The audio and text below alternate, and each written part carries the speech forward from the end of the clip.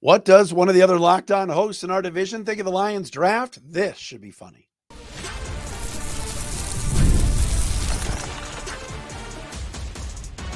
You are Locked On Lions, your daily Detroit Lions podcast. Part of the Locked On Podcast Network, your team every day. What's good, everybody? Matt Derry with you. It is a Monday edition of Locked On Lions right here in the Locked On Podcast Network, your team every day. Today is Monday, May the 6th, into Tuesday, May the 7th. Thanks for making us your first listen and checking us out wherever you get your podcast. Shout out to our everydayers. Thanks to those of you that hit me up on Twitter at Derry Speaks or on Facebook, Matt Derry Facebook fan page, or on YouTube that watch and listen every day. Appreciate you. Appreciate our listeners. Thanks for telling your friends about us as we talk Detroit Lions each and every day on this program. If you missed last week, Ross Tucker was awesome. Trevor Sikkema was awesome as well from PFF. This week, we're working on Andrew Siciliano. We're going to talk to Bradford Banta, get some thoughts from them on the Lions. Our show today, brought to you by our friends at Monopoly Go. I admit it, I've got a competitive side, and it is a big fan of Monopoly Go, the mobile hit twist on classic Monopoly. Join your friends, download Monopoly Go now for free on the App Store or on Google Play.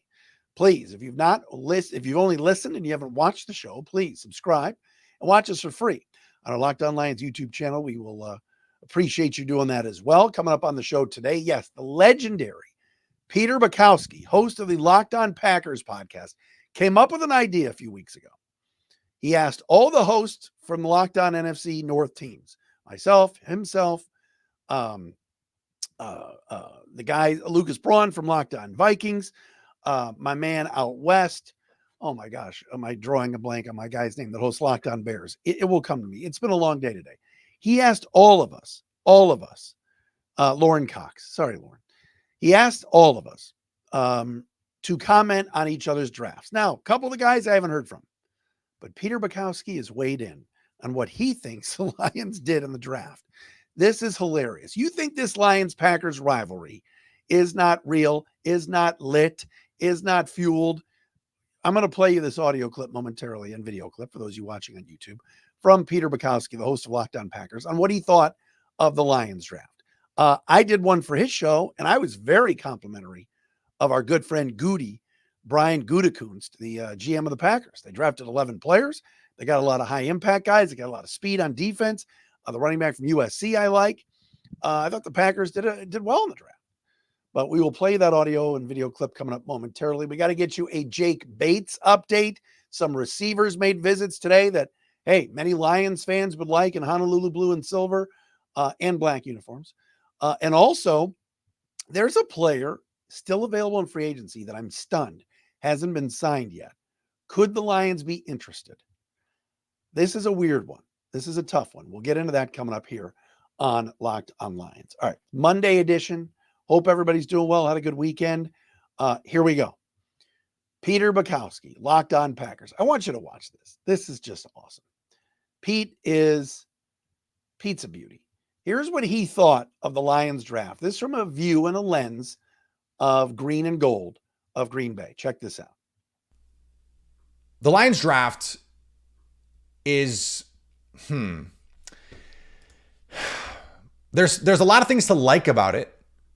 I really liked the Terrion Arnold pick for them. I liked Terrion Arnold in general. I liked Ennis Rakestraw. I don't know if Terrion Arnold is a perfect fit for the Lions in terms of the scheme that they want to play. I thought he was a better zone corner than man corner, so maybe they're going to change the way that they play. They traded future draft capital for a Canadian. I don't know why they did that. I thought that was a very weird move. They drafted Sione Vaki, the safety from Utah. If I'm not mistaken, they announced him as a running back. I hope they let him play running back. That would be hilarious. I really liked Christian Mahogany. There's some injury issues there, apparently. This was more in line with what I thought a team would do in the Lions position versus what the Lions would actually do. Like, what they did last year was bizarre. I didn't think this was bizarre. The Manu pick was bizarre. So Brad Holmes had to sprinkle a little bit of that in there. But overall, they addressed a key need at corner, and they're better at that spot in particular than they were before the draft.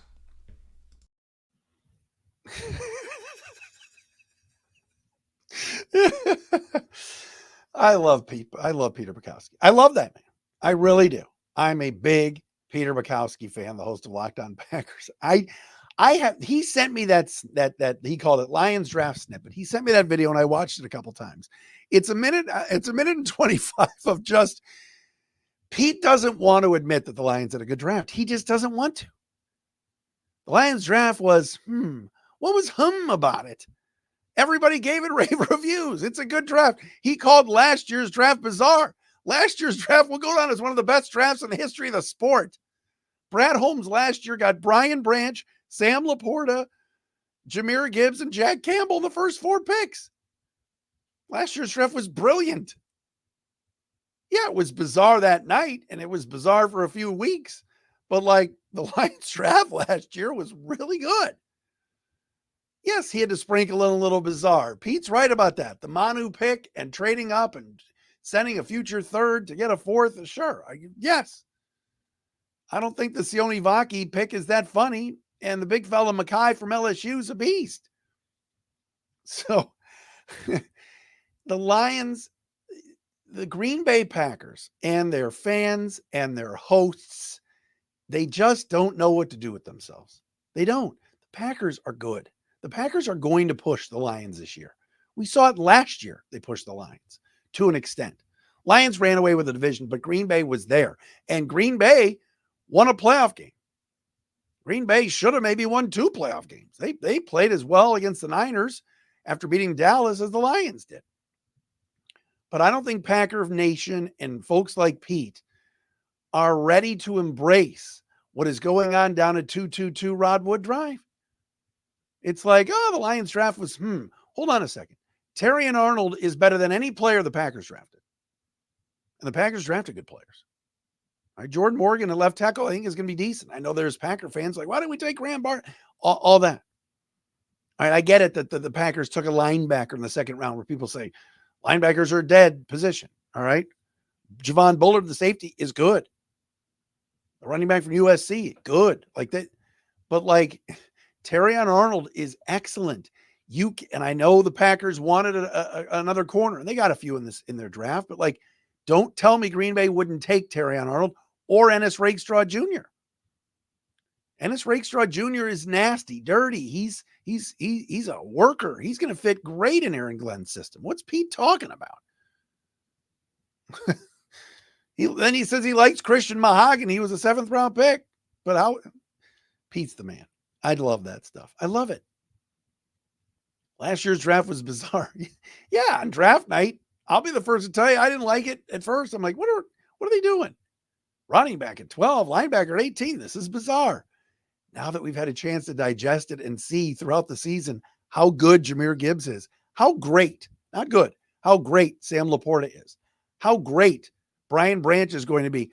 Oh, by the way, Pete Bukowski's Packers traded pick 47 to the Lions, so they were able to take Brian Branch, who's arguably their best player in the secondary. You could make that argument after 1 year. So it's funny. I love that we did that. I'm happy for Pete. I'm glad for Pete that he came up with that idea. If we get anything from Lauren Cox and Luke Braun, and I'll hit those guys up. We'll play those for you throughout the week too, to get their thoughts on the Lions draft. But you've heard my thoughts. I like what the Lions did. I didn't love the Manu move. I questioned the Sione Vaki pick when they took him in the 4th round. I don't know where he's going to play. That worries me a little bit because you've got at running back, he was announced as a running back, as Pete said, Jahmyr Gibbs, David Montgomery, come on, Craig Reynolds. But all in all, that was a lot of fun. Shout out to Peter Bukowski. It was his idea. And I had to give him some love for that. All right, coming up next, wide receivers. There's a lot out there still available. And I don't think, as I've said before, the Lions are biting.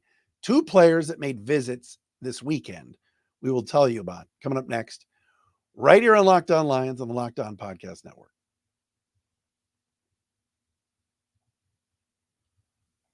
Here on a Monday, what about FanDuel? Let's talk about it. America's #1 sportsbook, and it's winner take all time right now in the NBA and NHL playoffs. FanDuel is giving you a shot to bring home a big win of your own. Right now, new customers get $150 in bonus bets with any winning $5 bet. That's right, $150 to bet on spreads, money lines, player props, and more. Want to bet on tonight's baseball game, Guardians and Tigers? There you go, battle for first place in the AL Central. All of a sudden, strong AL Central. Want to put money down on a little Pacers Knicks tonight? You can do that on FanDuel. FanDuel.com/lockedon. Go there now. FanDuel.com/lockedon and make every playoff shot count. FanDuel is America's #1 sportsbook.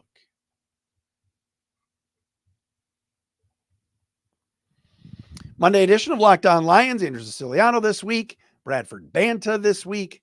A lot to do on this very busy week of Lions football. We're in the spring. It's a little bit of a dead period, but we're going to be with you each and every day right here on the best podcast network there is, Locked On Lions. Oh, got to give a shout out to Jake Riepma, who's the host of the Postcast.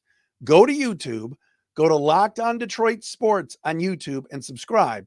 After every Tiger game, after every Red Wing game, Pistons game, Lions game, Jake is going to do a postcast. He has been hired as host for the Locked On Detroit Sports Postcast. Now, we're still going to do our post-game shows after Lion games here on Locked On Lions, but Jake's going to have his as well. But like tonight, for example, after Guardians Tigers, Tristan McKenzie against Jack Flaherty, go on YouTube, go to Locked On Detroit Sports, check out what Jake is doing. He's a good guy, and we'll have him on here soon too to cross over his program. All right, and to promote it. Couple of news and notes from around the league. As the Lions continue to be named as a team that's interested in all these wide receivers. There's free agent wide receivers everywhere. Tyler Boyd, Odell is going to end up in Miami. All these, there's still names out there. Two guys who have not been signed as of yet took visits over the weekend, and I saw some Lions fans on the Twitter saying, why don't we talk to these people? Number one is Zay Jones, who was let go by the Jacksonville Jaguars recently and was visiting the Tennessee Titans. Zay Jones is nothing special. Not a guy that I'm crazy about. More of a slot receiver. The Jags drafted Brian Thomas in the first round. They released Jones after the season. He got hurt last year with a knee problem. 34 catches, 321 yards, 2 touchdowns. They have a lot of depth at wide receiver in Jacksonville. The other thing, too, about Zay Jones is, remember, he was arrested for domestic violence at the end of last season, although the charges were dismissed in March. But we know this. The Detroit Lions are not going after anybody that's going to be a locker room problem or anybody that gets in any trouble. They believe in culture. They believe in good guys. I mean, the minute the Cam Sutton stuff was going down, the Lions said no. So Zay Jones, to me, is not a fit. Not at all. And the Jaguars drafted his replacement. The second guy is our good buddy, MVS, Marquez Valdez-Scantling, ex of the Packers and Chiefs, who last year had the drops in Kansas City, still a free agent wide receiver, and was on a visit over the weekend with Jim Harbaugh and the LA Chargers. I liked MVS a few years ago when he was kind of under the radar as a 4th or 5th receiver with Aaron Rodgers in Green Bay. But when he's been elevated and he's looking for contracts, it just has not worked out. And the Kansas City Chiefs, who are desperate for receivers and have tried to put guys around Patrick Mahomes the last few years, and yet have still won Super Bowls. If the Chiefs don't want MVS, why should the Lions? There's not enough there for me to get excited about bringing in MVS. I mean, I'd rather have Tyler Boyd. But again, Tyler Boyd, who reportedly talked to the Lions a while ago, is probably still looking for $5 million. Chargers just keep signing everybody. I mean, MVS went for a visit. They just recently signed DJ Chark. There's other guys out there like Michael Thomas and stuff. But again, like I said last week, I don't see the Lions pursuing these types of players. Josh Reynolds, they were lowballing. Josh Reynolds left and went to Baltimore. Maybe a post-June 1 cut or something that is surprising. Maybe a cut during training camp or at the end of training camp and the Lions go pilfer a receiver. But I think they're going to give Antoine Green, the 7th round pick from a couple of years ago, an opportunity. I think they're going to give a couple of their UDFAs an opportunity before they sign any of these players. So I'm saying no to both MVS and Zay Jones. I think their best days are behind them. And I think they're probably looking for money that I don't think Brad Holmes is willing to spend right now. That is for sure. All right, let's give you the update. And yes, my Twitter over the weekend at Derry Speaks was blowing up with many of my everydayers. There he goes again. Jake Bates update. Folks, 5 for 5 this weekend for your UFL Michigan Panthers down at Ford Field on Sunday. I know many of you were just chomping at the bit on the edge of your seat watching Arlington Renegades, Michigan Panthers action. But yet there he was, kicking to the north end zone. Jake Bates goes 5 for 5, but on this night, on this day, or whatever time they played, because I don't know, Jake Bates going into the north end zone knocked in a 64-yard field goal. That is what, 4 60-plus yard field goals this year for Jake Bates? Come on, Brad Holmes. I know you got to wait until the end of the UFL season, but we've got to have this guy on the team. Got to. Meantime, Jake Bates also hit the game-winning field goal from 42 yards out, but he had missed a 47-yard field goal earlier, hooked it, yet the play was blown dead because Arlington called a timeout. They had too many men on the field. So Bates really did go 5 for 6. He missed a 47-yarder, then made it, kicked the game-winning field goal as the Panthers beat the Arlington Renegades 28-27. Bates went 5 for 5. By the way, according to Mike Florio of Pro Football Talk, there were 7,428 people at Ford Field. 7,428. That is it. So I know the Tigers were probably playing the Yankees, but that was in New York. But regardless, Jake Bates has now hit 4 field goals over 60 yards. And I think it's a no-brainer. I know the Lions now have James Turner from Michigan, who's, at least at the moment, the only guy that's going to be pushing Michael Badgley. But you have to figure, with a guy like this, with this kind of leg, and if you watch the field goal, I did see the 64-yarder over the weekend, it went into the net. It would have been good from like 72. You've got to put this guy on the Lions. He's got to get a shot. He loves kicking in this dome. Now, I know there's no people in the stands. I mean, watch the 64-yarder. There's nobody in the end zone. There's only fans on one side of the field. There's only 7,000 fans. It's going to be different when there's 57,000. All right, I get that. But I am hopeful that at the end of this UFL season, his agent and Brad Holmes work something out. They can't just go in with Michael Badgley and James Turner. God bless James Turner. Very accurate at Michigan this past year. Very good at Louisville before that. But not the leg of this guy. This guy's banging them home from 60 plus, helping your Michigan Panthers to a 4-2 record, by the way. Meantime, in St. Louis, they had 30,000 people for the Battlehawks UFL game. Think they're craving for football in St. Louis? 30,000 for UFL. Everybody else isn't drawing. That's pretty remarkable. All right. Coming up next on Locked On Lions, I was stunned to see that this player, a former Lion and a good guy, great interview, is still available. The question is, would the Lions want to bring him in? We will get into that coming up next, right here on a Monday edition of Locked On Lions.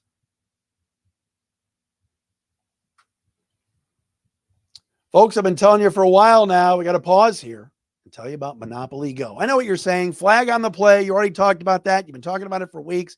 But hey, there's just so much good stuff in this game. My wife is absolutely addicted to Monopoly Go. I look at her phone. I see it. It's there. She loves it. Monopoly Go, you can team up with friends for timed tournaments where you work together to build up each other's boards. The more you win together, the more awesome prizes you unlock. And there's so much to get.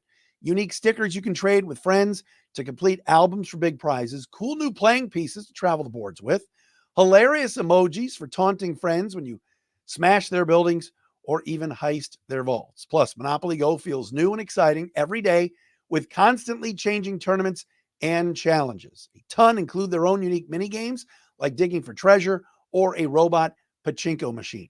And there's always new timed events that help you win big, like massive multipliers for everything you win or rent frenzies. There's always something fun to discover in Monopoly Go. Get off the bench, go download it right now for free on Google Play or the App Store. Game on.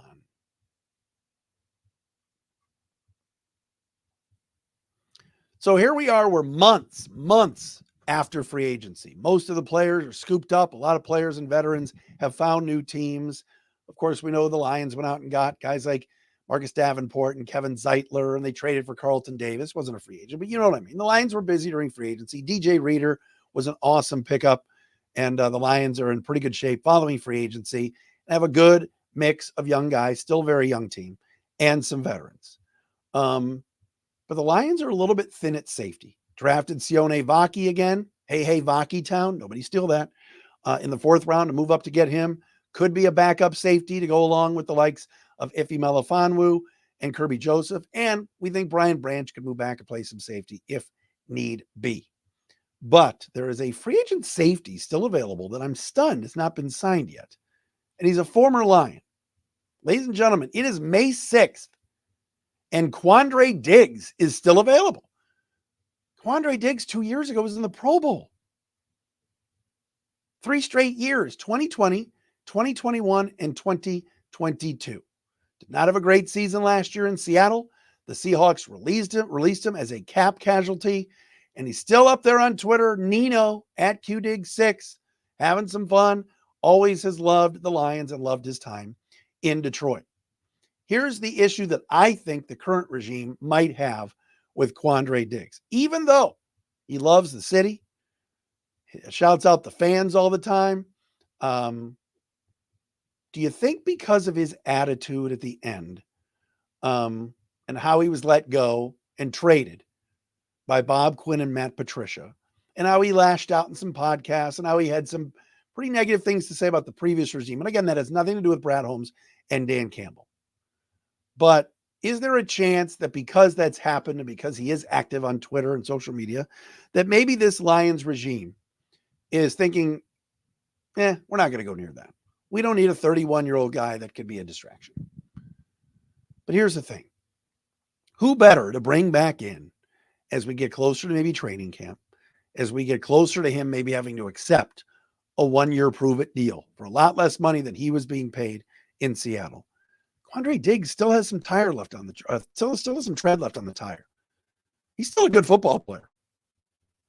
And if he's willing to be a backup and he's willing to be a swing guy, I would bring him in. The problem is Quandre Diggs going to play special teams? Is that too beneath him at 31, where you were a Pro Bowler 2 years ago, 2022, to be on special teams? That's part of the deal when you play for Dan Campbell. They put you out there, whether you're starting fullback, whether you're starting receiver, whatever it is. They want you on special teams. And I'm not sure that's something that Quandre Diggs is willing to do.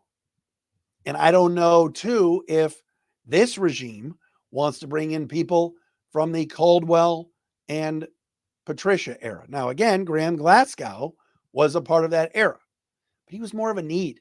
The Lions knew we need a veteran backup offensive lineman just in case something happens to Halapoulivaati Vaitai. Something did happen to Vaitai last year. Glasgow was dying to come back. Always was great with the media. Never lashed out about being kicked to the curb by the Lions, but he signed elsewhere with Denver. And he got a good contract. But you wonder if Diggs, being kind of unceremoniously booted out of here, didn't have some nice things to say. Again, previous regime, if the Lions want to stay away from that. To me, I would sign him.